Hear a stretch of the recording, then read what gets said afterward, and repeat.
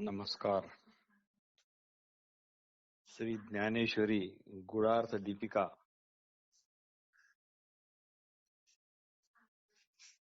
भाग 13.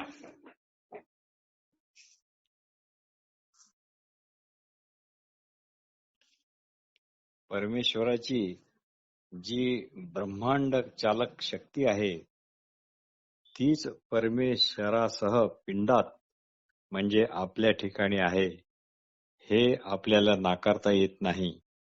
याच शक्तीला कुंडलिनी म्हणतात.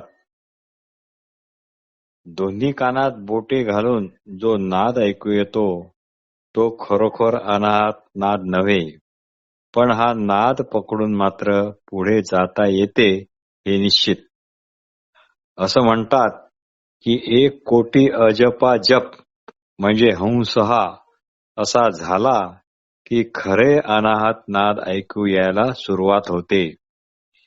एकनाथ महाराज म्हणतात की योगी म्हणती अनाहत शब्द, योगी म्हणती अनाहत शब्द, वेदांत म्हणती सूक्ष्म नाद, वेदांती म्हणती सूक्ष्म नाद, आम्ही म्हणतो शुद्ध वेद, असो अनुवाद हा नावाचा.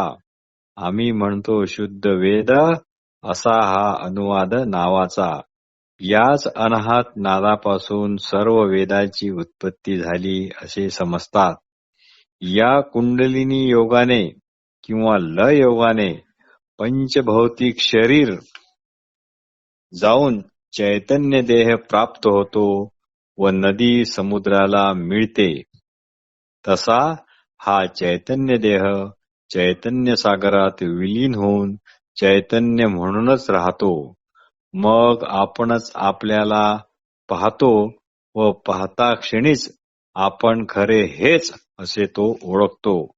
परतोनी ठाके आणि आपणी आते आपण देखे, परतोनी ठाके आणि आपणी आते आपण देखे, देखत खेवो ओळखे म्हणे तत्व हे मी, देखत खेवो ओळखे म्हणे तत्व हे मी. तिये ओळखीचे सरिसे, तिये ओळखीचे सरिसे, सुखाचिया साम्राज्यी बैसे, मग आपण पा समरसे विरोनी जाय. जया परते आणिक नाही, जया ते इंद्रिये नेणते कही, ते आपणची आपल्या ठाई होऊन ठाके. अशा या ओळखीबरोबर तो जणू सुखाच्या साम्राज्यावर आरूढ होतो आणि चैतन्याशी समरस होऊन राहतो. अशा या समरस सुखस्थितीपेक्षा दुसरे काहीही श्रेष्ठ नाही. ही स्थिती भुकेनी वखवकलेली इंद्रिये कधीही जाणू शकत नाही, कारण इथे आपणच आपल्या ठिकाणी जसे होतो तसे मूळचे होऊन राहतो. अशा या योग्याच्या चित्ताच्या स्थिरतेला निर्वात ठिकाणच्या दिव्याचीच उपमा देता येईल, किंवा प्रयाग क्षेत्रात एखादा क्षेत्र संन्यासी घेतल्यासारखा जो आहे तसे त्याचे चित्त चैतन्य क्षेत्रात क्षेत्र संन्यास घेण्यासारखे होते. आता पुढे मागे आपण पाहिले की आत्मज्ञानाचा किंवा ब्रह्मज्ञानाचा पूर्ण अपरोक्ष अनुभव हा सगुणच असतो. अव्यक्त आणि निर्गुण सोन्याचे ज्ञान सोने आहे असे केवळ सत्तारूपाने होते, पण प्रत्यक्षात ज्ञान मात्र अलंकार रूपानेच घ्यावे लागते. त्याप्रमाणे निर्गुण ब्रह्माचे ज्ञानही आहे असे केवळ सत्तारूपाने होते, पण जगाशी अभेद रूपाने त्याचेच ज्ञान होते, तेव्हाच ते पूर्ण अपरोक्ष असे समजल्या जाते. आकाराशिवाय सोने प्रत्यक्ष पाहणे कधी कदापिही शक्य नाही. तैसे जगदाकारे प्रकाशे निर्विकार आत्मा. निर्गुणाचे ज्ञान आणि सगुणाचे ज्ञान एकाच वेळी नेहमी अभिन्न रूपानेच होते. एकमेकापासून निराळे काढून ते घेता येत नाही. आकाशात अभ्र आले असता ते अभ्र आकाशाहून निराळे दिसते, पण जेव्हा अभ्र नाहीसे होते तेव्हा जिकडे तिकडे आकाशच आकाश राहते.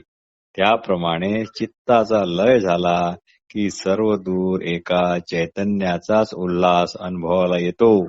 मीठ पाण्यात विरघळते मग ते वेगळे होत नाही. त्याप्रमाणे एकदा परब्रह्माशी मिळणे झाले की योगी समरसतेच्या मंदिरात जगासह महासुखाची दिवाळी पाहतात. मग समरसाची या राऊळी महासुखाची दिवाळी जगची दिसे. म्हणजे जगाची जडविनाशी दुःखरूप व ब्रह्माहून भिन्न अशी जी भ्रांती आहे ती नाहीशी होऊन तो संसार ब्रह्म म्हणूनच राहतो. अर्जुना, आता दुसरा मार्ग आहे, जो सर्व भूतांचे ठिकाणी मी आहे व माझे ठिकाणी सर्व भूते आहेत असे पाहतो. सारांश, सर्व चराचर सृष्टीचे ठिकाणी एक ब्रह्मच भरले आहे असे तो समजतो आणि त्याचे अंतःकरण आत्मस्वरूपाच्या ठिकाणी स्थिर झालेले असते. तो स्वतःला सर्व वस्तुमात्रात पाहतो आणि स्वतःच सर्व वस्तुमात्रेला राहून तो आत्मसुखापासून कधीही अंतरत नाही. एरवी अर्जुना, सर्व भूतांचे ठिकाणी एका परमात्म वस्तूचाच भरणा झालेला आहे हे मात्र निश्चित. अनेकपण जरी दिसत असले तरी वस्तुतः ते अनेकपण हे एकपणालाच दर्शविणारे आहे. भूतांचेनी अनेकपणे अनेक नोहे अंतःकरणे, केवळ एकची माझे जाणे सर्वत्र जो. दिवा व दिवांचा प्रकाश एकच. पाण्याचे आयुष्य म्हणजेच रसाचे आयुष्य. आकाशाची व्यापकता म्हणजेच पोकळीची व्यापकता. त्याप्रमाणे स्वतःचे रूपच विश्वरूपाने आहे असे तो समजतो तोच योगी. जैसा उदकाचेनी आयुष्य रस, का गगनाचेनी माने अवकाश, अशा प्रकारे सर्व भूतांचे ठिकाणी मीच एक वस्तू आहे असे जो जाणतो तो स्वतःच्या देहादिकासह सर्वतः आत्मतत्वाशी एकरूपच झालेला असतो. जसे सर्व वस्त्रात एक सूतच असते, देखिला जैसा पटी तंतु एक, त्याप्रमाणे सर्वत्र एकच तत्व आहे. सोन्यापासून पुष्कळ अलंकाराचे आकार झाले तरी सोने हे बहु होत नाही. ते एकच राहते. त्याप्रमाणे योग्याच्या बुद्धीत अशा ऐक्यरूप बोधाची स्थिती एखाद्या पर्वताप्रमाणे अचल असते. का स्वरूपे तरी बहुते आहाते, परी तैसी सोने बहुवे न होती. ऐसी ऐक्याचळाची स्थिती केली जेणे. झाडाची जितके पाने असतात तितके काही रोपे लावले जात नाहीत. त्याप्रमाणे एकाच अद्वैत दृष्टीच्या प्रकाशाने सर्व जगतरूपी द्वैताचा अंधार नष्ट होतो. ना तरी वृक्षांची पाने जेतुली, तेतुरे रोपे नाही लावली. ऐसे अद्वैत दिवसे रात्री जया. अशा अद्वैत ज्ञान दृष्टी ज्याला प्राप्त झाली आहे, अशी अद्वैत ज्ञान दृष्टी ज्याला प्राप्त झाली आहे, तो पांच भौतिक देहात जरी दिसला तरी त्यात तो अडकून कसा राहील बरे. म्हणजे तो मी देहापुरताच आहे असे तो आपल्याला मर्यादित कसा समजू शकेल. संपूर्ण व्यापकपण त्याने आपल्या अद्वैत अनुभवाने प्राप्त करून घेतलेले असते. तो शरीरात जरी असला तरी तो शरीराचा होत नाही. आता शरीरी तरी आहे, परी शरीराचा तो नोहे. शरीरी तरी आहे, परी शरीराचा तो नोहे. अशा प्रकारे सर्व प्राणीमात्र आणि सुखदुःख देखील तो आत्मस्वरूपच म्हणून पाहतो. सर्व चराचर सृष्टी अखंड आपल्यासारखीच पाहतो. आपण यासारखे जो चराचर देखे अखंडित. सुखदुःख इत्यादी समविषय भावी जे असतील ते सर्व तो आपले स्वतःचे अवयव समजतो. तिथे तो भेदभाव करत नाही. जे समविषय भाव आणि काही विचित्र जे सर्व ते मानी अवयव आपलेच होती. ज्याला संपूर्ण त्रैलोक्यच मी झालो असा अनुभव येतो. जया त्रैलोक्यची आघवे मी ऐसे स्वभावे बोधा आले. जया त्रैलोक्याची आगवे मी ऐसे स्वभावे बोधा आले असा त्याचा अनुभव असतो. अशा प्रकारे सर्व जगातील पदार्थ मात्र मिळून एक मीच एक अशी अद्वैत वस्तू आहे असा अद्वैत बोध ज्याच्या ठिकाणी आला तोच खरा ब्रह्मस्वरूप होतो. म्हणून आपल्या ठिकाणी संपूर्ण जग पहावे. सर्व विश्वाच्या ठिकाणी आपणच किंवा आपणच सर्व विश्व आहो अशा समदृष्टीला अर्जुना तो प्राप्त होतो. चिंतन करावे ते याचेच आपण विश्व होईजे ऐसे साम्यचे एक उपासिजे. आपण विश्व होईजे ऐसे साम्याचे एक उपासिजे. साम्य स्थितीपेक्षा जगात दुसरी कोणतीही गोष्ट श्रेष्ठ नाही. साम्य स्थितीपेक्षा जगात कोणतीही गोष्ट श्रेष्ठ नाही. अर्जुन म्हणतो, मधुसूदना, हा जो तुझा साम्य बुद्धीचा योग आहे तो मनाच्या चंचलतेमुळे प्राप्त होईल असे मला वाटत नाही. हे मन कसे आहे, केवढे आहे हे जर पाहू म्हटले तर ते हातीच सापडत नाही. त्याच्या भटकण्यास मात्र त्रैलोक्यही कमी आहे. राहावया थोडे त्रैलोक्यही अया. म्हणून मरकट म्हणजे चंचल मन कसे स्थिर होईल. म्हणून ऐसे कैसे घडेल जे मरकटा समाधी येईल. का रहा म्हणतील तेथे राहेल महावात. कृष्णा, वाळोटीला थांब म्हणतास ती थांबेल का. जे बुद्धीला छळते, निश्चयाला बाणू देत नाही, धैर्याला गर्भगत करते, विवेकालाच भ्रम उत्पन्न करते, संतोषाच्या तोंडाला लाळ उत्पन्न करते, निरोधले दाबले तरी जास्त उसळी मारते, असे हे मन आपला स्वभाव टाकून स्थिर कसे काय होणार. जे विवेकाते भुलवी, संतोषाची चाड लावी, बैसीजे तरी हिंडवी दाही दिशा. ते मन आपला स्वभाव सांडील काही. हे मन आता आपला स्वभाव कसे काय सांडणार. भगवान यावर म्हणतात, अर्जुना, तुझे म्हणणे अगदी खरे आहे, पण अभ्यास व वैराग्य याच्या साहाय्याने ते आवरता येते. कारण याचा अजून एक उत्तम स्वभाव आहे. कारण या मनाचा एक उत्तम स्वभाव आहे. तो हा की जेथे या मनाला गोडी लागेल तेथे ते आपण होऊनच चिटकते.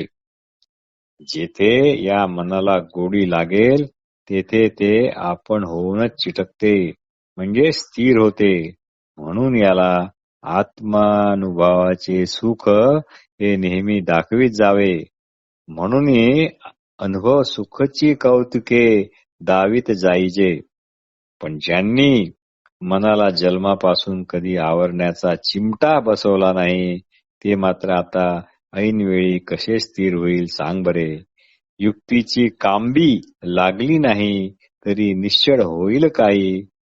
पण आपल्याने अभ्यासाने कष्ट होत नाहीत असेच तू म्हण. परी आपण या अभ्यास न टिके हेच म्हणे. हेच खरे आहे. योगाभ्यासाने जेथे सर्व महदादी ब्रह्मांड स्वाधीन होते तेथे मनाची चंचलता हा काय क्षुद्र पदार्थ आहे. तेव्हा अर्जुन म्हणतो, कृष्णा, तुझे म्हणणे खरे आहे, पण तू आता जे काही सांगत आहे ते आजपर्यंत कुणी आम्हाला सांगितलेच नाही. सर्व आयुष्यात ही आताच तुझ्या कृपेमुळे या योगाची महतीची ओळख आम्हाला होते आहे.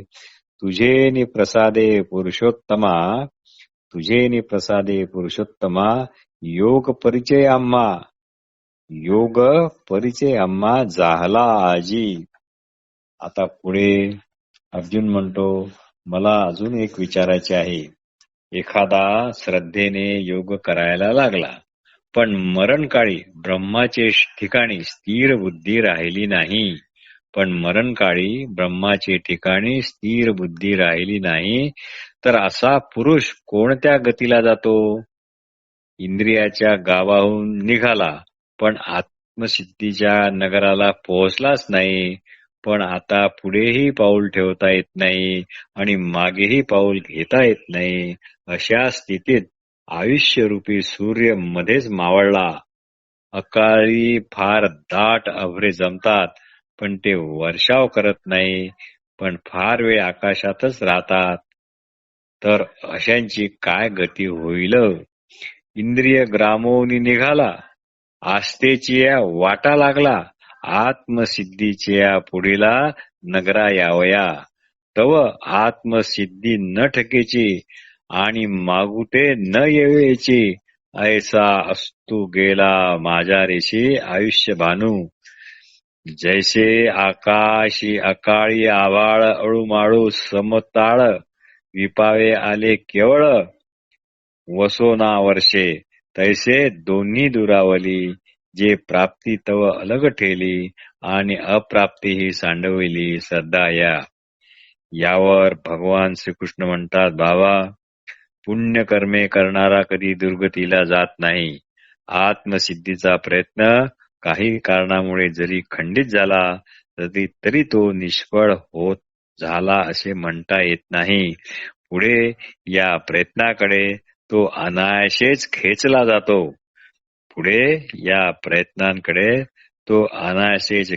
जातो. पण कधी कधी मध्ये थोडी थोडी विश्रांती घ्यावी लागते. अभ्यासाच्या उचललेल्या पावलांना वेग नसल्यामुळे आणि आयुष्याचा दिवस माळवायला आत सोहमसिद्धीच्या गावी पोहोचता येत नाही. मग हा विसावा घेणे हाच योग्य उपाय आहे. पण असे योगभ्रष्ट, पवित्र आणि श्रीमंत घरी जन्म घेतात आणि अशा प्रकारचा जन्म हा दुर्लभच म्हणावा लागतो. सर्व धर्मांचे माहेरघर किंवा सर्व संपत्तीचे कोठार असे जे असेल तेथे नव्या कोंभाप्रमाणे हे योगी जन्म घेतात आणि या कुळात वेद हे जागते दैवत असते. विहित धर्माचरण हाच या कुळांचा मुख्य धंदा असतो व सारासार विचार हाच कुणी यांना सल्ला देणारा महामंत्री असतो. वेद जो जागेश्वरू जया व्यवसाय निजाचारू सारासार विचारू मंत्री जया. पतिव्रतेला जशी पतीचीच अखंड चिंता असते तशी यांना ईश्वर प्राप्तीचीच अखंड चिंता असते. प्रत्यक्ष वृद्धिसिद्धी यांच्या गृहदेवता असतात. तर अशा या उत्तम कुळात हा योगभ्रष्ट पुरुषाचा जन्म होतो. या कुळात ज्ञानरूपी अग्नीचे अग्निहोत्र सतत धगधगत असते. असे हे परब्रह्माचे उपासक जणू ब्रह्मसुखरूपी क्षेत्रातील मूळ रहिवासीच आहेत. हे अद्वैत सिद्धांताच्या सिंहासनावर बसून त्रैलोक्याचे राज्य करतात. म्हणजे सर्व ब्रह्मांड हे अद्वैत रूपच आहे असे पाहतात. परम समाधानाच्या वनातील मधुर संतोषाचे स्वर काढणारे जणू हे कोकिळ पक्षीच आहेत. परमसमाधानाच्या वनातील मधुर संतोषाचे स्वर काढणारे जणू हे कोकिळ पक्षीच आहेत. अशा प्रकारे मोक्षरूपी फळांनी लदबदलेल्या आत्म अनात्म विवेकरूपी वृक्षाच्या मुळाशी जे बसले असतात, अशा योगांच्या कुळातच हे योगभ्रष्ट जन्म घेतात. अथवा ज्ञानाग्निहोत्री जे परब्रह्म श्रोत्री महासुखक्षेत्री आदिवंत जे सिद्धांचिया संवासनी राज्य करती त्रिभुवनी हे कुजती कोकिळवनी संतोषाच्या जे विवेक द्रुमाचे मुळी बैसले आहाती नित्य फणी तया योगियांच्या कुळी जन्म पावे. याच ठिकाणी यांना पूर्व देहातील सात्विक बुद्धी प्राप्त होते व ते अधिक नेटाने आपला प्रयत्न पुढे चालू ठेवतात. यांच्या बाळ शरीरातच आत्मज्ञानाचा उदय झालेला असतो. जसा सूर्य उगवताच प्रकाश पडतो तसा परोढ दशा प्राप्त होण्याची वाट न पाहता बालपणीच सर्वज्ञता त्यांच्या गळ्यात माळ टाकून त्यांना वरते.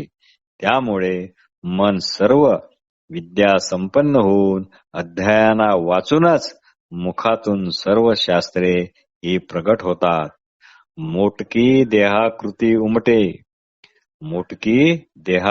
उमटे आणि निजज्ञानाची पहाट फुटे. मोटकी देहाकृती उमटे आणि निजज्ञानाची पहाट फुटे. सूर्यापुढे प्रगटे प्रकाश जैसा. तैसी दशेची वाट न पाहता वैसेचिया गावा न जाता बालपणीच सर्वज्ञता वरी तयाते. तिये सिद्ध प्रज्ञाचे लाभे मनी सारस्वत दुभे मग सकळ शास्त्रे स्वयंभे निघती मुखे. योगशास्त्रातील समाधीपादात जी ऋतुंभरा प्रज्ञा म्हणून सांगितली आहे त्याला ज्ञानेश्वर इथे सिद्ध प्रज्ञा असा शब्द वापरतात. तिये सिद्ध प्रज्ञेची लाभे मनची सारस्वत दुभे. बुद्धी मुळात सत्वगुणांचे कार्य आहे. शुद्ध स्वच्छ काचेतून ज्याप्रमाणे वस्तूचे यथार्थ ज्ञान होते त्याप्रमाणे बुद्धीही मूळच्या यथार्थ पदार्थ ज्ञानालाच ग्रहण करणारी आहे. पण विक्षेप आवरणादी दोषामुळे विपरीत काचेतून जसा पदार्थ विकृत दिसतो तशी बुद्धी विपरीतार्थ ग्रहण करणारी होते. पण अशी बुद्धी आत्म अनात्म विवेकामुळे मूळच्या स्वरूपात आली की तिलाच सिद्ध प्रज्ञा आणि वेदांताच्या भाषेत ऋतुंभरा प्रज्ञा असे म्हणतात. मग अशी बुद्धी जे खरे असेल तेच ग्रहण करते, कारण सत्वबुद्धी ही नेहमी सत्पक्षपातीच असते. पूर्वजन्मातील योग मार्गाकडे प्रवृत्त झालेली बुद्धी आयुष्य संपल्याबरोबर नाहीशी होत नाही, ती पुन्हा नवीन आणि अमर्याद होते. ज्याप्रमाणे एखादा पुरुष आधीच भाग्यवान व मायाळू आहे, पण त्याच्या डोळ्यात मंत्रवलेले अंजन जर घातले तर त्याला जमिनीतील कोणतेही धन सहज दिसते.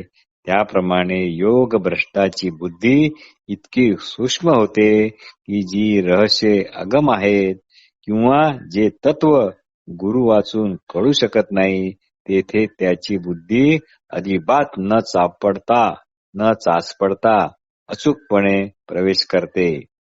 जेथ सदैव आणि पायाळा वरी दिव्यांजन होय डोळा, मग तेथे जैसी अवळीळा पाताळ धने.